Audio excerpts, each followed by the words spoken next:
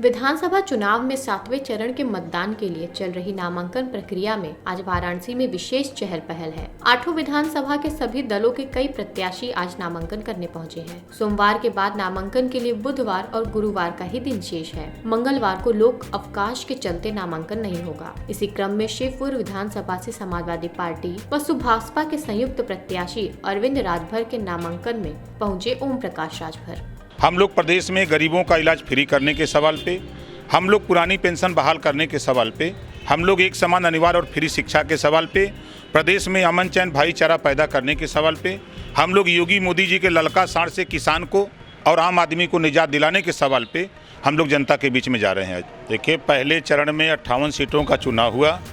58 में हमारा गठबंधन जयंत चौधरी, अखिलेश यादव जी, ओम प्रकाश राजभर, ये हमारा गठबंधन 58 में 52, आज 14 है 55।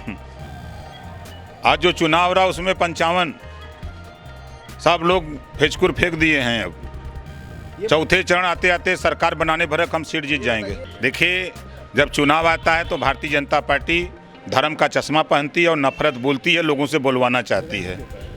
बता तो रहा हूँ ना कि वो चश्मा लगाती है और नफरत की बात बोलती है, बोलवाना चाहती है।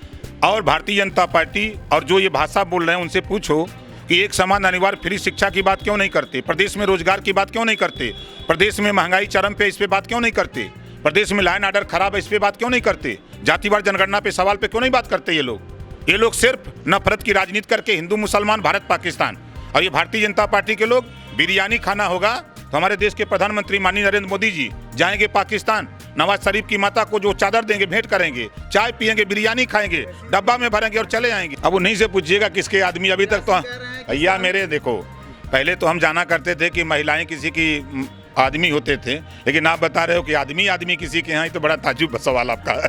आप उन्हीं से पूछिएगा, गिरिराज जी को ये पूछिए उनसे कि शिक्षा देश में एक समान शिक्षा, अनिवार्य शिक्षा क्यों नहीं लागू करते, बेरोजगारी की बात क्यों नहीं करते, महंगाई कम करने की बात गिरिराज क्यों नहीं करते।